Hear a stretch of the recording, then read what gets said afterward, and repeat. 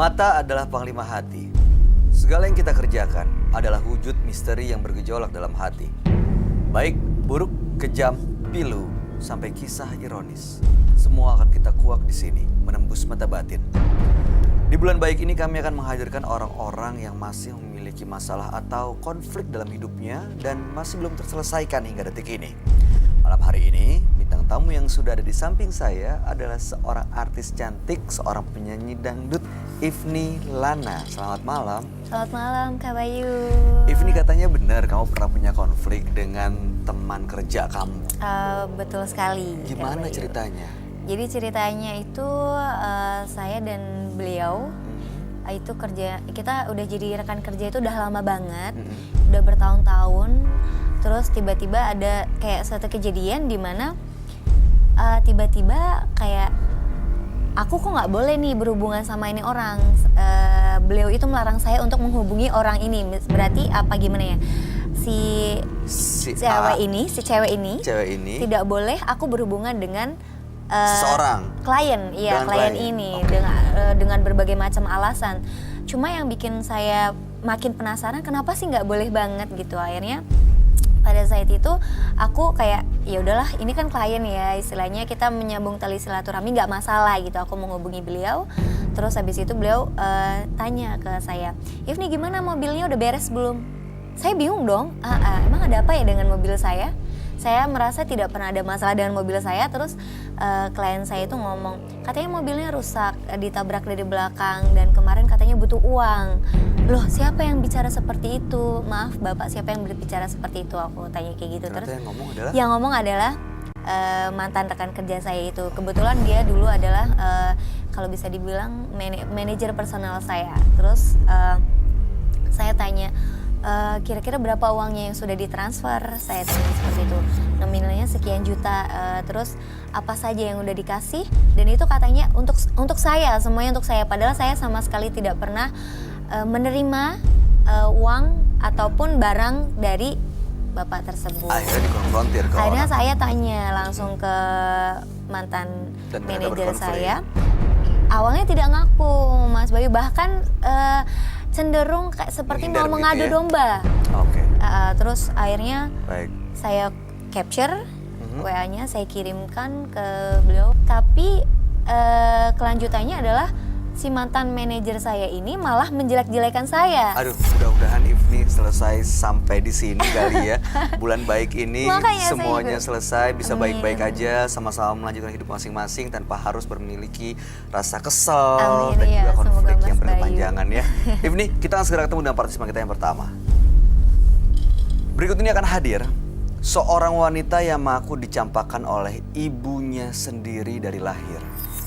Malam hari ini kami akan panggil dia dengan nama samaran. Kami persilahkan Wanda.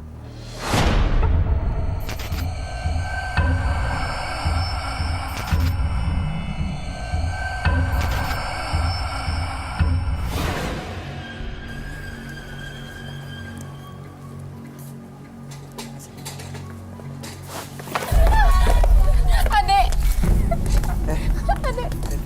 Mas, ini. Tolong Bang Oji, tolong diangkat dulu deh, dikeluarin dulu deh. Dikeluarin dulu deh. Tolong diangkat, keluarin dulu. Digotong. Mbak. Iya, dilihat dulu deh. Ini kenapa, Mbak? Hah? Screen. Ini siapa partisipannya mana? Tadi namanya Wanda siapa? Wanda yang kita kasih nama partisipan yang Wanda yang ini. Ini Wanda. Ini ibu siapanya? Saya sebenarnya tante. Tantenya. Iya, tapi yang ngurus dia dari bayi. Oh, datang ke sini sama Wanda. Emang tadinya mau masuk berdua. Iya. Oke, bisa duduk nggak? Bisa duduk, pingsan. Ini perlu waktu deh nih. Ada itu nggak apa sih minyak Minyak putih angin. atau Iya, apa minyak kayak angin. buat itu? Gimana, ini mau dilanjut apa nggak nih? Tetap jalan. Tetap jalan. Ibu. Bukan dari Nggak usah. Kan, Iya, pelukan, memang kami pelukan. saya sebenarnya tantenya. Saya itu tantenya Wanda. Hah? Wanda itu Jadi kakak ceritanya begini Mas ya, kakak saya tuh menikah, terus ditinggal kabur sama suaminya. Saat dia tuh posisi hamil, gitu. Saya juga nggak tahu permasalahan gimana, kita namanya rumah tangga ya gitu.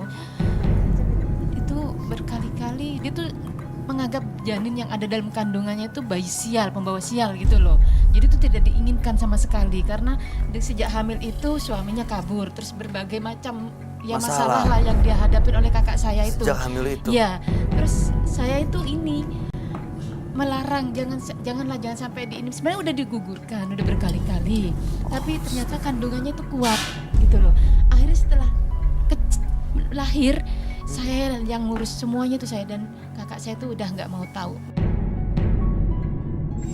Memang kami tuh kumpul satu rumah ya. Oh, tinggal di rumah yang sama Iya, juga, Mbak? karena saya tergantung juga sama kakak saya. Biaya hidup saya juga tergantung karena saya juga gak ini gitu sampai Oke, tapi suaminya sampai sekarang nggak ada? Nggak ada, kakak Oke, saya terus? suaminya nggak ada. Terus jadi saya tuh yang ngurus Wanda itu dari kecil, dari masih orok lah. Semuanya itu saya semua yang ngurus. Kakak saya tuh hanya beri uang saya tuh sebulannya buat dia sendiri juga nggak cukup gitu loh. Sampai saya tuh berkorban, saya tuh sampai ngurusin dia sampai saya sendiri juga nggak mau nikah sampai gitu loh. Tapi sampai besar sekarang hubungan Wanda dengan ibunya seperti apa? Ketemu juga nggak ini Mas, Nggak ibunya teguran. pergi nggak teguran, nggak ini, kayak asing aja sebenarnya. Jadi kayak nggak dianggap ada? Kayak nggak dianggap ada sama sekali, dan emang itu nggak diarepin gitu loh. Gimana sih kalau anak nggak diarepin gitu loh. Iya. Terus dia tuh belakangan ini kan sering pingsan, sering mual, sering ini. Ini udah lama? Iya, udah lama itu Mas. Kondisi seperti ini maksudnya Udah sering banget pingsan. udah bangun? Boleh dibawa sini tolong. Thank you Bang Haji. Udah sering banget pingsan. Saya tuh browsing. Saya bawa ke dokter, uang dari ibunya juga hanya seberapa sih, nggak cukup. Dokter udah Kata sempet. dokter apa? Secara medis apa hasil? Saya nggak tahu dia? namanya apa ya. Aduh, ada drum saya juga nggak ngerti deh Mas namanya itu apa. Oke. Ya Saya udah. lupa. Kita coba aja ngobrol ya. Sebenarnya gimana sih kondisi apa yang dirasain? Mbak Mila boleh ke sebelah sana sebentar. Ada klipon lagi nggak untuk tantenya, untuk Mbak Wanda? Boleh satu lagi ya? Pasang lagi Bang Oji, Mas Doni.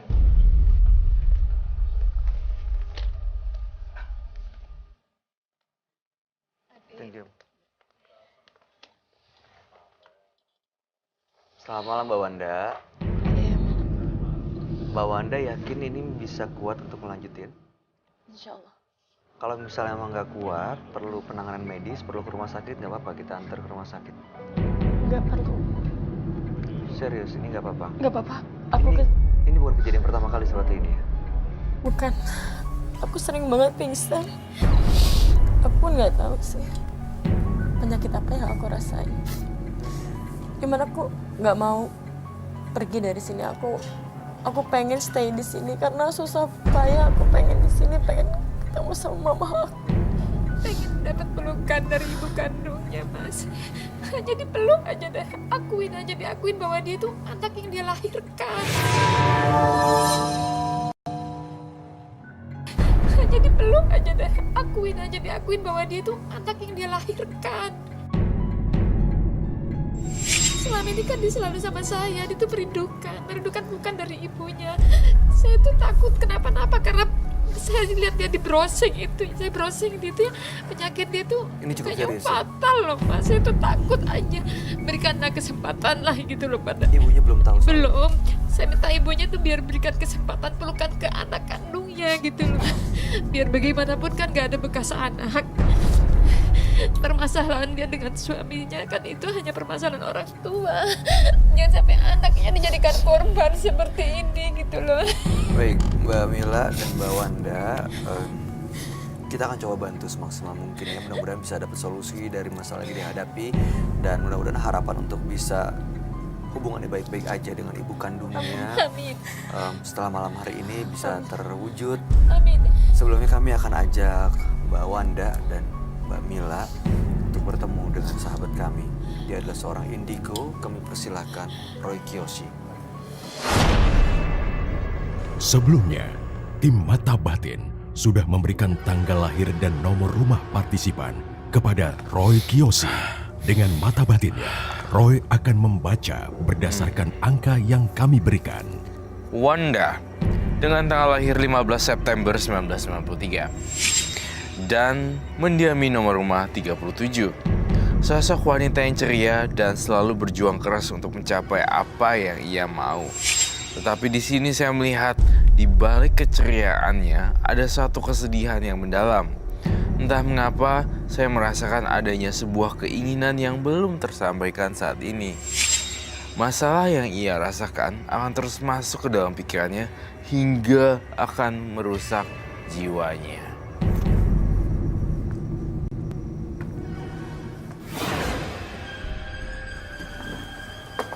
Selamat malam. Selamat malam, Roy. Silakan duduk semuanya. Terima kasih. Yang namanya Wanda. Oke.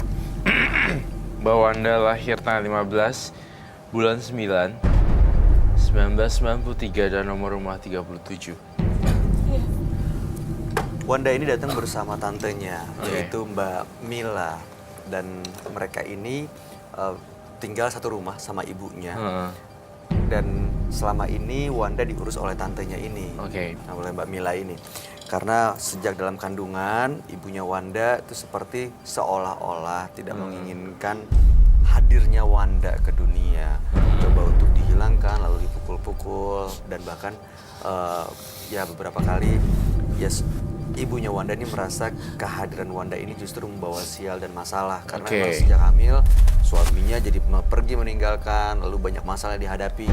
Nah, sampai sebesar ini hubungan dengan ibunya benar-benar tidak baik. Oke. Jadi seperti nggak dianggap ada gitu Wanda. Tapi si Wandanya pun Wandanya tahu apa namanya nomor telepon ibunya, alamatnya di mana. Mereka dan tinggal segala serumah. macam. Mereka tinggal semua. Mereka tinggal serumah. Ibunya sekarang ada di mana? Ya gitu, pergi saya juga nggak tahu kan, saya cuma Oke. ngurus Wanda aja. Dia sebenarnya tinggal serumah tapi nggak tahu kalau kita hadirkan ibunya ke sini gimana, Roy? Bagus juga idenya Nggak apa-apa. dihadirkan di sini. Namun saya hanya berharap tidak ada semacam kayak konflik yang berlebihan gitu, yang mengadu kayak semacam debat kusir atau something Iya, kayak jadi malah memperbesar Jadi masalah itu malah gitu ya. memperbesar masalah. Apalagi di bulan suci ini kan kita harus membina silaturahmi lebih baik lagi kan. Iya. Saya lihat siapa namanya Wanda menderita sakit. Iya.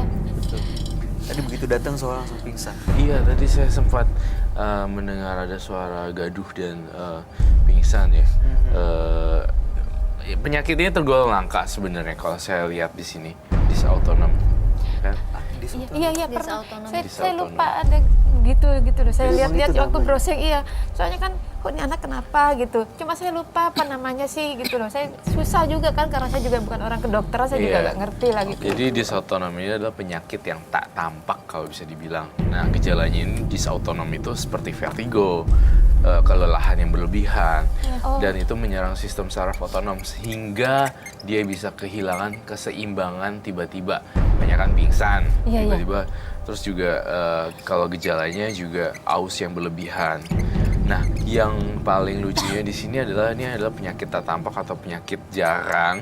Nah, kemudian dysautonom ini banyakan menyerang wanita, remaja, gitu. Jadi saya boleh nanya nggak, si Mbak Wanda remaja sering pingsan nggak? Iya. Ya, sering pingsan kan? Sering pingsan. Dan bolak-balik pingsan itu. Nah, keseimbangannya terganggu.